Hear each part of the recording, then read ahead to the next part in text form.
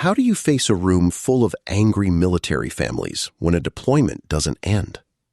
In a piece published on August 8, 2026, a retired military officer looks at the endless deployment of the USS Abraham Lincoln through a very specific memory. The focus shifts away from the geopolitical strategy of Middle East combat toward the families waiting in auditoriums back home. When a deployment extends indefinitely, the usual speeches about heroism and duty fall flat. What remains is a quiet, difficult question about leadership.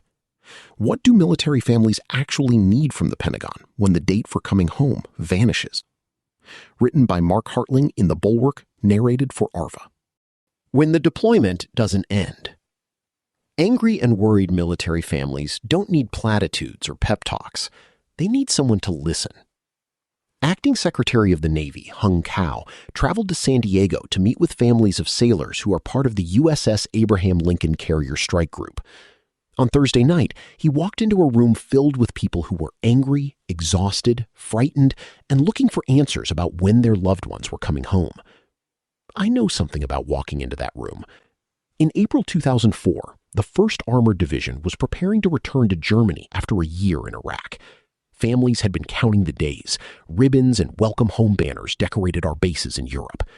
The lucky soldiers who would be the first to leave were packing their gear, and helicopters were receiving shrink wrap. Then, by the time some of our troops had already been home a few days, came word that we would be extended in Iraq for an indeterminate number of months to counter the uprising of Muqtada al-Sadr's militia. His group's uprising was spreading across Baghdad and central Iraq. The security we had fought for over the last year was rapidly deteriorating, and the Pentagon believed we should stay to provide additional combat power. Our 12-month deployment would become 15 months. Worse, because some units had already begun returning home, we had to recall back to Iraq roughly a third of our 20,000-person force that had already been reunited with their families in Germany. In announcing the extension to our team, our division commander, Major General Marty Dempsey, gathered his commanders. He told us something I have never forgotten. We could be disappointed, he said. We could even be angry. But we were leaders, and we had been given a new mission by the Secretary of Defense. Our responsibility was to explain that mission to our soldiers, prepare them for it, and lead them through it. Then Marty gave me another mission that night. We need to send a senior leader back to Germany to talk to the families. I want you to do it. He kidded that it would likely be tougher than combat. To a degree, he was right.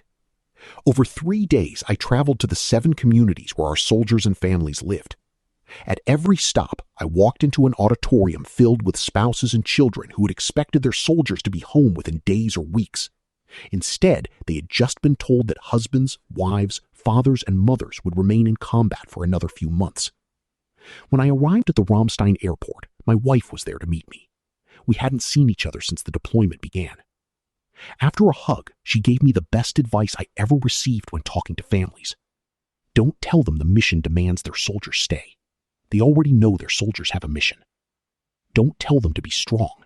They've already been strong for a year. Don't brief them on what the division is doing. They really don't care about that. Instead, listen to them and answer their questions until they don't have any more questions to ask.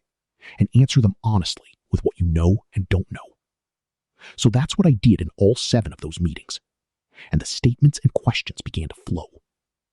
One mother told me that she and her children had filled a jar with M&Ms, one for every day remaining in the deployment. Each night, the children removed one. The jar was almost empty. Now, she asked, what was she supposed to tell them? What was she supposed to do?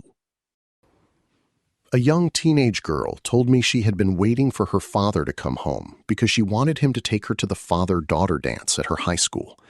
He wasn't going to make it, so who would take her? A 19-year-old Army wife stood up and, with a mixture of anger and confusion, simply said she had married her soldier right before they came to Germany, and he left for Iraq right after they arrived. She'd been making her way so far with the help of the other wives, but now she didn't understand what was happening. She wasn't interested in hearing about operational requirements in Baghdad or the strategic implications of the Sadr uprising. She wanted someone to explain why the Army had changed the bargain she thought it had made with her family, and she wanted her new husband home. There were dozens of questions like those. Some were angry, Some were heartbreaking. A few couldn't really be answered. But something happened in those auditoriums. The anger didn't disappear, nor should it have. Instead, it gradually changed into understanding, and finally a reluctant acceptance of what their soldiers had been asked to do, and in turn what they had been asked to do. Not because I gave them a brilliant briefing. I didn't. It happened because someone had come to listen to them, stood in front of them, and treated their fears as legitimate.